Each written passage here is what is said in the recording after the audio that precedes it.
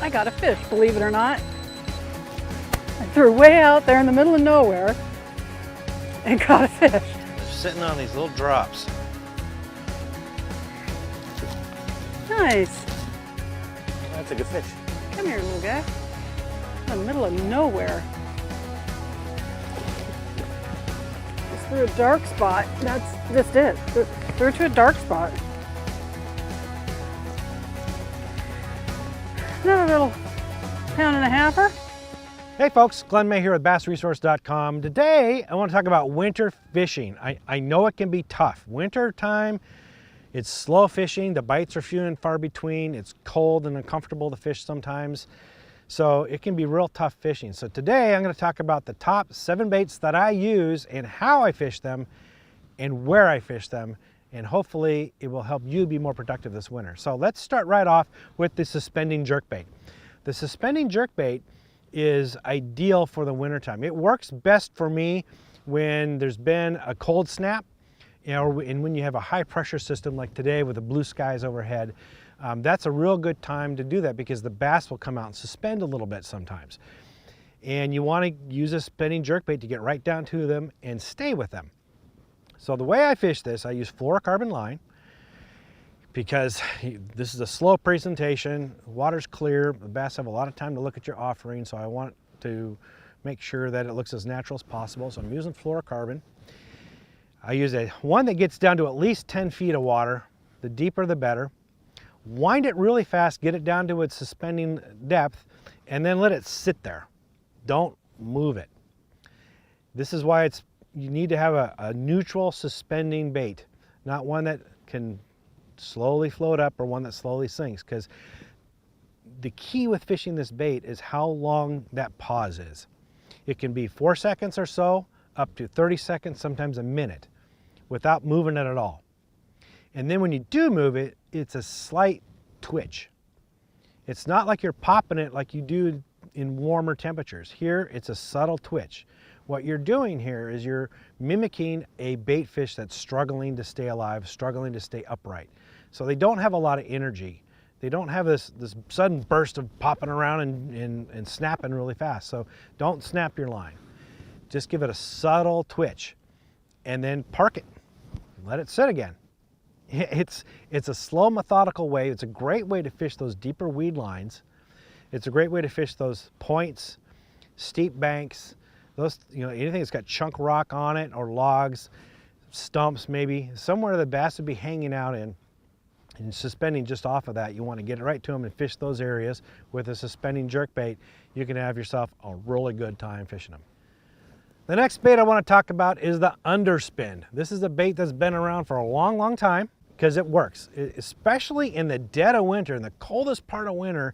That's when an underspin seems to shine the most. That little blade on the bottom tends to, that little bit of extra flash, that sometimes that's all you need to get that extra bite. What I'll do is I'll thread on a little plastic bait that either looks like a shad or maybe a small paddle tail, little boot tail, paddle tail on there, like a 3-inch trailer on there. And I'll cast this out over deep structure, deeper than 15 feet deep. And again, I just wanted to get down there, and I want to just slowly reel it over the top of this stuff. I want to keep it up off the bottom, but close near the bottom. And just a slow, steady cadence. That's all you really need to do. And that little blade will keep moving, or that little trailer. It's very simple. And sometimes what I'll do is I'll just drag it. If it's windy enough, I'll just cast it out and I'll let the wind move me along. Just pulling it up over the tops of that, top of a hump or on a point. Sometimes those steep banks work really well. Just dragging along that, as long as it's not touching the bottom, keeping that blade moving, that's all you need, and it works. It's a simple way of fishing it, but it can be very effective. Okay, the next bait I want to talk about is the grub. Yeah, the simple grub. It's not used very much these I don't know why. It's not as popular as it used to be, but I use them a lot. 3-inch grub and 5-inch grubs is all I use. I put them on a football head jig, a 1/4 ounce football head jig, and I'm fishing it deeper than 15 feet deep. Open hook, because there's not a lot of weeds down there. There's not a lot to get snagged on. It's just basically rock and mud.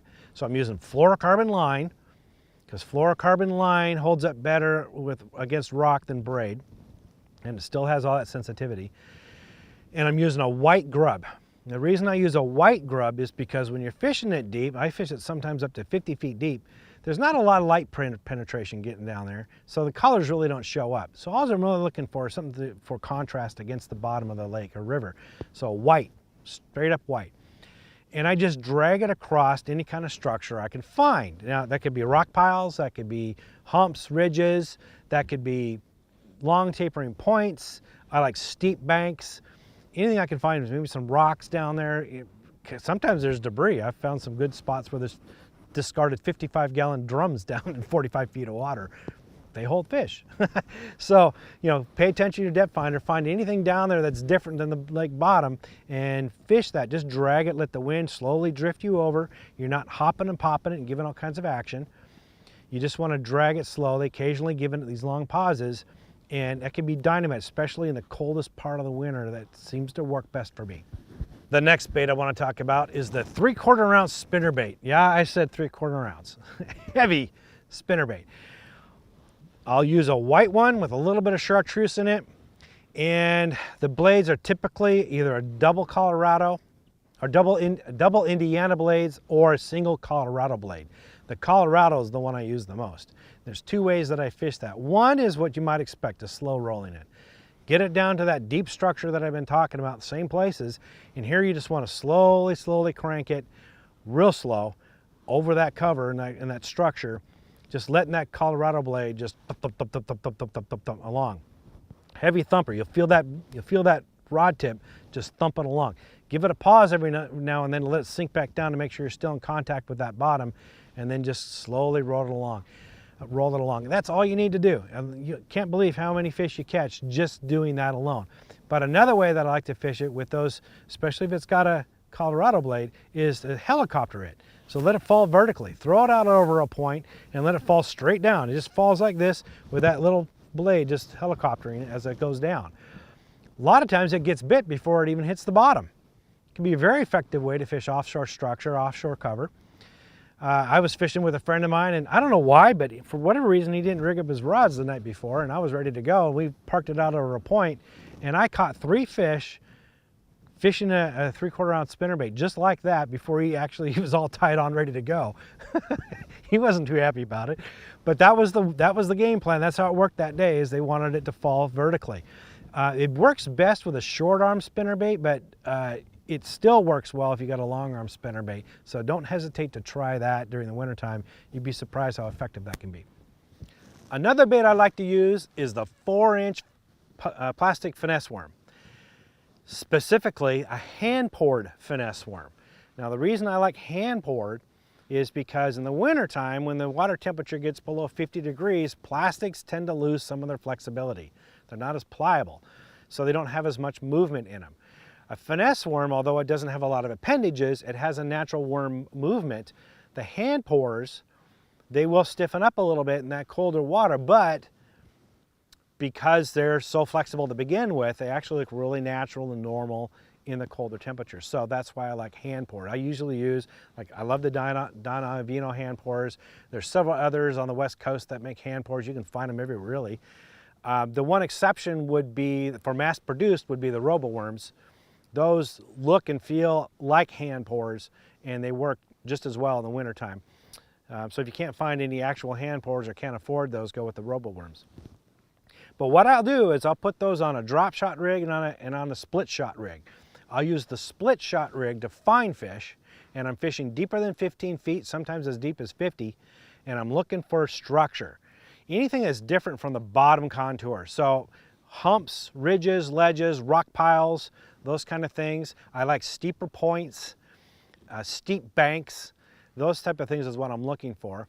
And I just drag that split shot over the top of that cover, or that structure, I mean.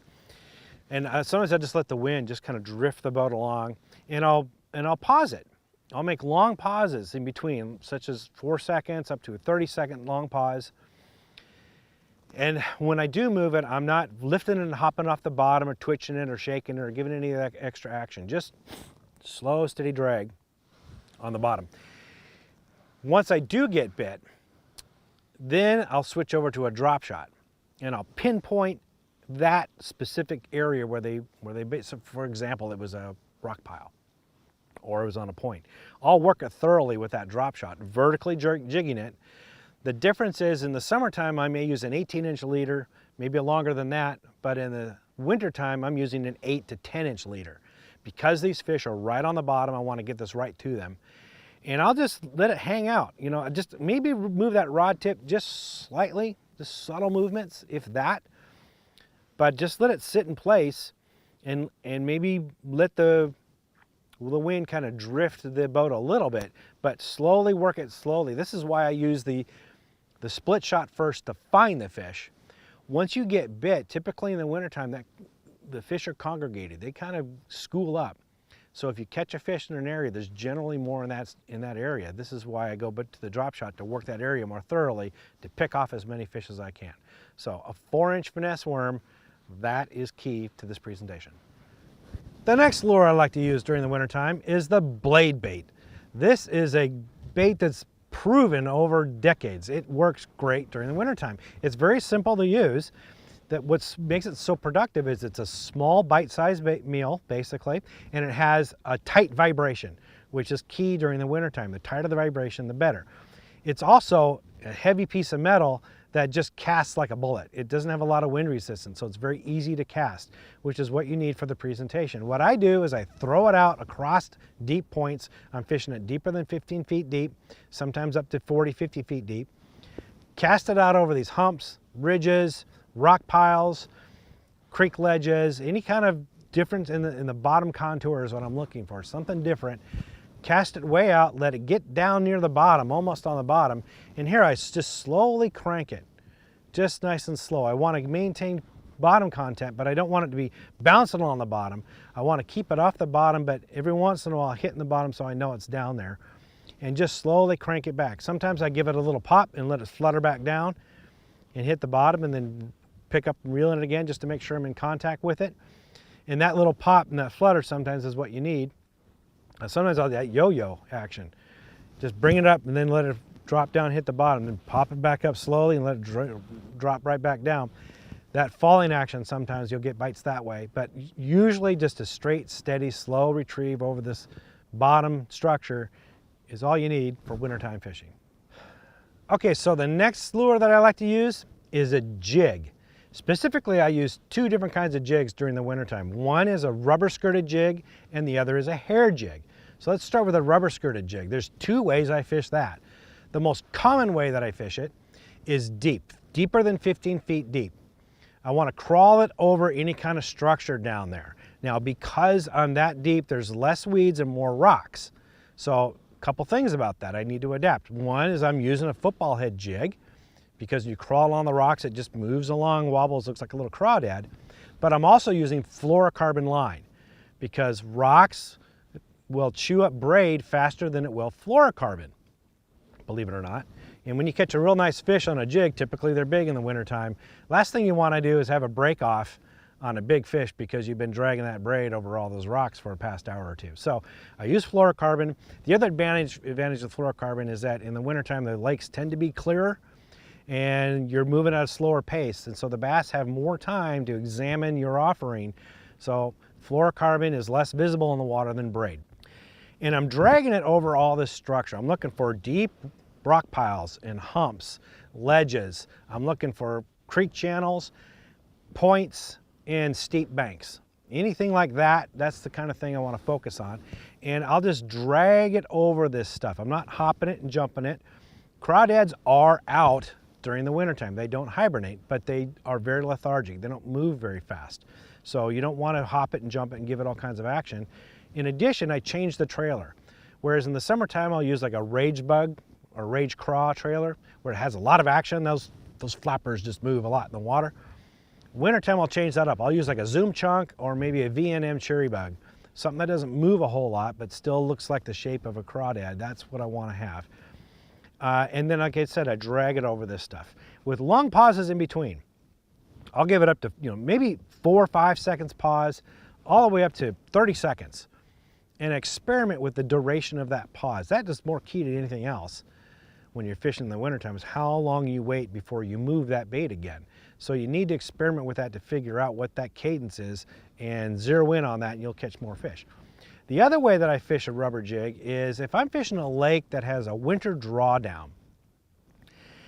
When they start to draw that lake down, what happens is the crawdads will come out of their mud holes and out of their crevices. They got to move deep. They got to get down below that frost line. So the bass know this, and they come up shallow and they start feeding on those crawdads. So I'll take that jig and I'll fish it like I do during the spring and the wintertime.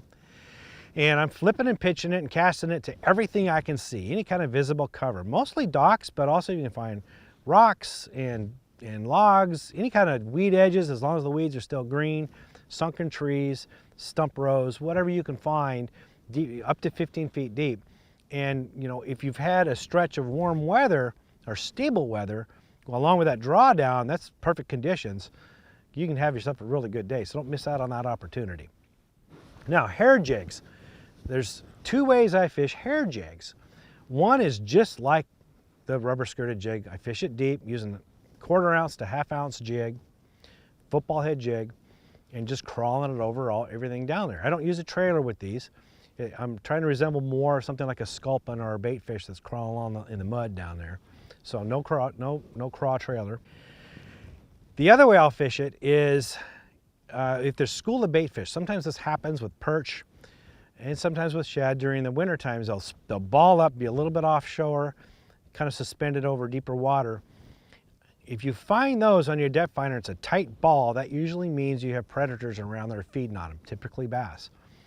If it's a loose ball of shad or whatever, then they're not under attack. There probably aren't any bass around. But if you find that tight ball, what I'll do is I'll take that hair jig and I'll drop it right through that school.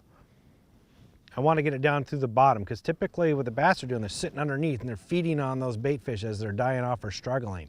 So you get that hair jig right down, come through that ball of shad, and you'll get whacked.